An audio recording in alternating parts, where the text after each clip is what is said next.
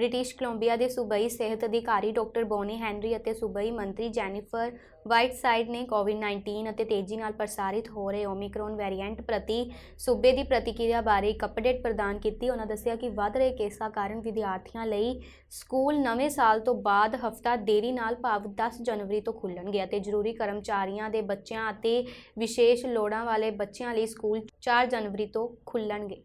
So in the last 24 hours, we have confirmed 2,944 new cases of COVID-19 here in British Columbia, and Health Authority active cases are as follows.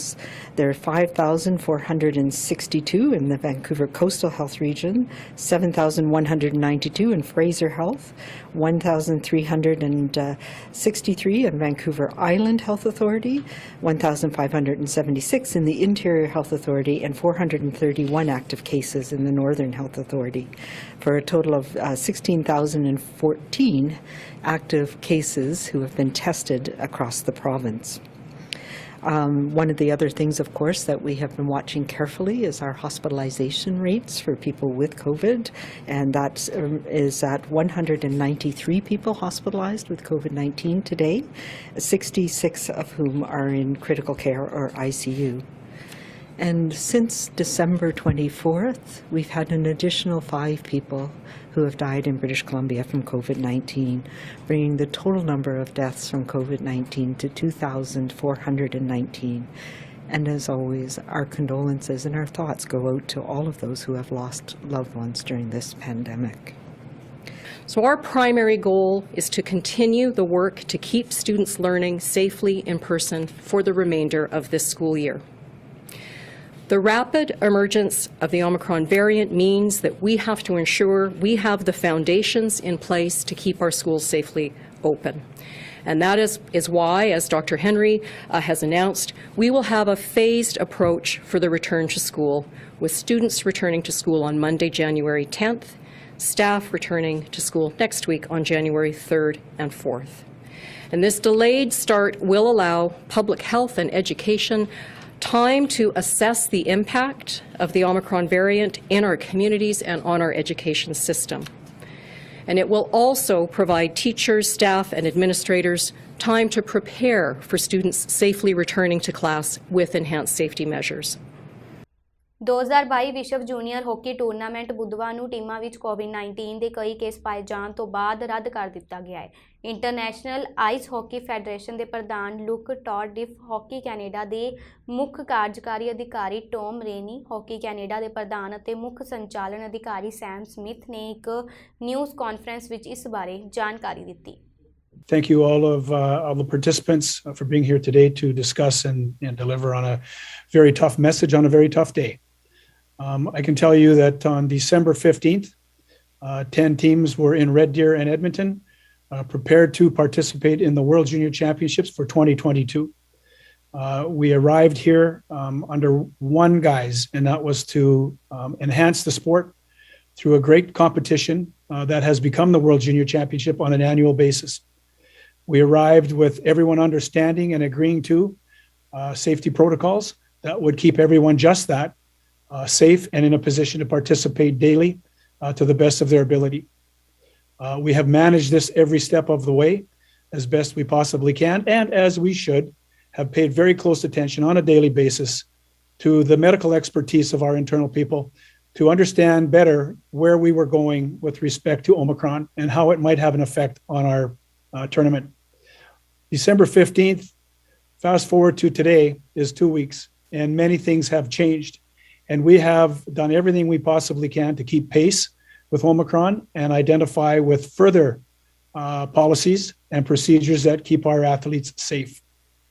With that being said, it's with great disappointment that we've had to, with the IIHF leadership and our complete support, cancel the balance of the competition.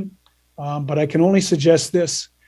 Sure, people are disappointed around the world, quite honestly, and so they should be. But I cannot imagine how disappointed the players are.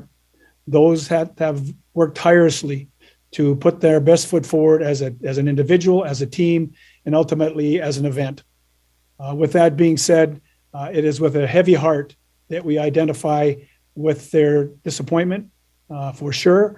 I think it's really important that we understand too that we will continue to maintain a high standard of athlete care, both as the IIHF and as Hockey Canada and all participating federations.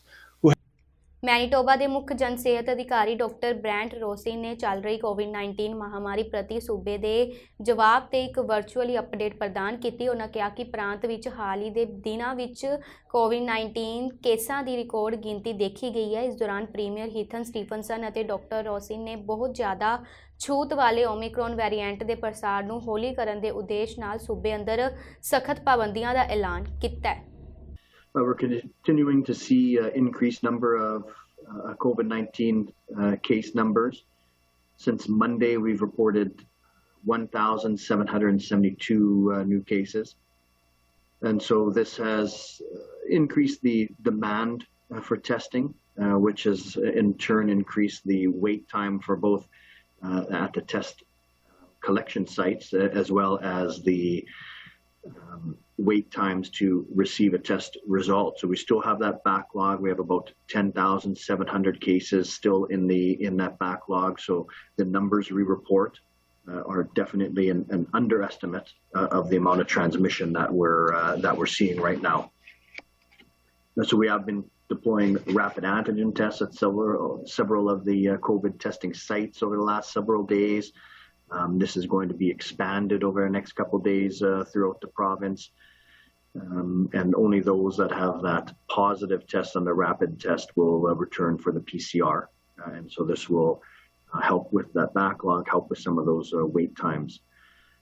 I'd like to provide a brief update on vaccine uptake in Manitoba. As of today, 89.5% of Manitobans over the age of 18 are fully immunized. This represents 2,441,833 doses being administered since the vaccine campaign began.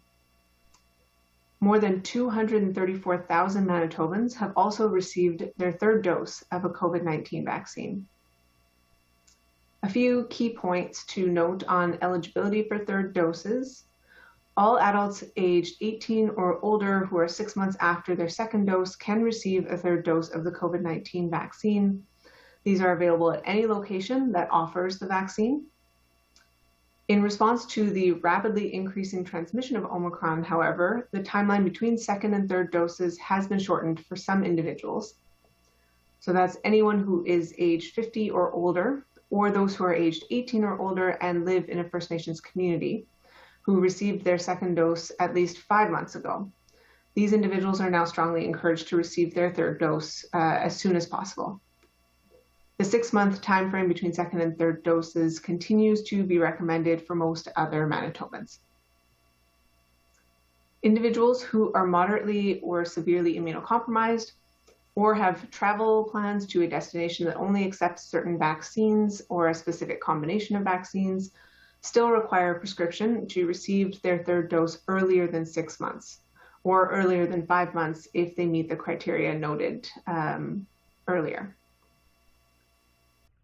ਬੁੱਧਵਾਰ ਨੂੰ ਇੱਕ news briefing ਦੌਰਾਨ ਵਿਸ਼ਵ ਸਿਹਤ ਸੰਗਠਨ ਦੇ director general ਨੇ ਕਿਹਾ ਕਿ ਡੈਲਟਾ ਅਤੇ ਓਮਿਕਰੋਨ ਵੇਰੀਐਂਟ ਦਾ ਇੱਕੋ ਸਮੇਂ ਸਰਕੂਲੇਸ਼ਨ ਮਾਮਲਿਆਂ ਦੀ ਸੁਨਾਮੀ ਪੈਦਾ ਕਰ ਰਿਹਾ ਹੈ। ਉਹਨਾਂ ਕਿਹਾ ਕਿ ਡੈਲਟਾ ਅਤੇ ਓਮਿਕਰੋਨ ਹੁਣ ਦੋਹਰੇ ਖਤਰੇ ਹਨ, ਜਿਸ ਨਾਲ ਹਸਪਤਾਲ ਵਿੱਚ ਭਰਤੀ ਅਤੇ ਮੌਤਾਂ ਵਿੱਚ ਵਾਧਾ ਹੋ ਰਿਹਾ ਹੈ। ਇਸ ਦੌਰਾਨ ਟੇਡਰੋਸ ਨੇ ਦੇਸ਼ਾਂ ਨੂੰ ਕੋਵਿਡ-19 ਟੀਕਿਆਂ ਨੂੰ ਬਰਾਬਰੀ ਨਾਲ ਸਾਂਝਾ ਕਰਨ ਲਈ ਆਪਣੀ ਅਪੀਲ ਨੂੰ ਵੀ ਦੁਹਰਾਇਆ ਅਤੇ ਚੇਤਾਵਨੀ ਦਿੱਤੀ ਕਿ ਅਮੀਰ ਦੇਸ਼ਾਂ ਵਿੱਚ ਬੂਸਟਰਾਂ 'ਤੇ ਜ਼ੋਰ ਦੇਣ ਨਾਲ ਗਰੀਬ ਦੇਸ਼ਾਂ ਨੂੰ ਵੈਕਸੀਨ ਦੀ ਘਾਟ ਹੋ ਸਕਦੀ ਹੈ। This virus will continue to evolve and threaten our health system if we don't improve the collective response. Right now, Delta and Omicron are twin threats that are driving up cases to record numbers, which again is leading to spikes in hospitalizations and deaths.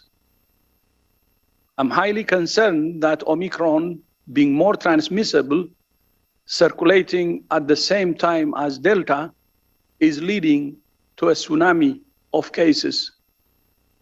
This is and will continue to put immense pressure on exhausted health workers and health systems on the brink of collapse, and again distributing lives and livelihoods.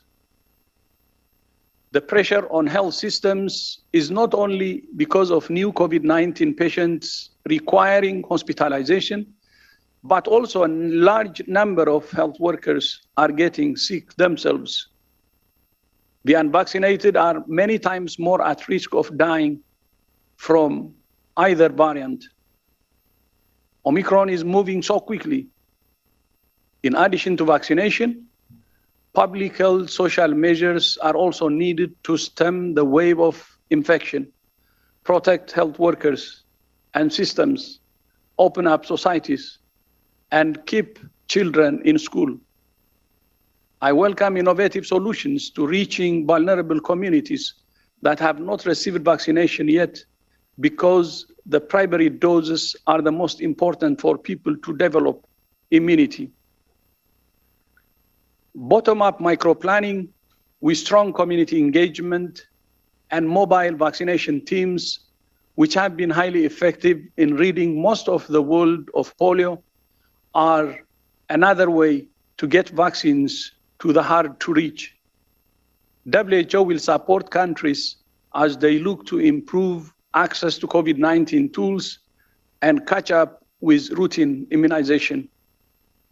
Mental health must also be treated as a core element of our response to and recovery from the COVID-19 pandemic. At the G7 and G20 this year, I challenged leaders to ensure that by the end of this year, countries have vaccinated 40% of their populations and 70% by the middle of 2022. 92 member states out of 194 missed the 40% target.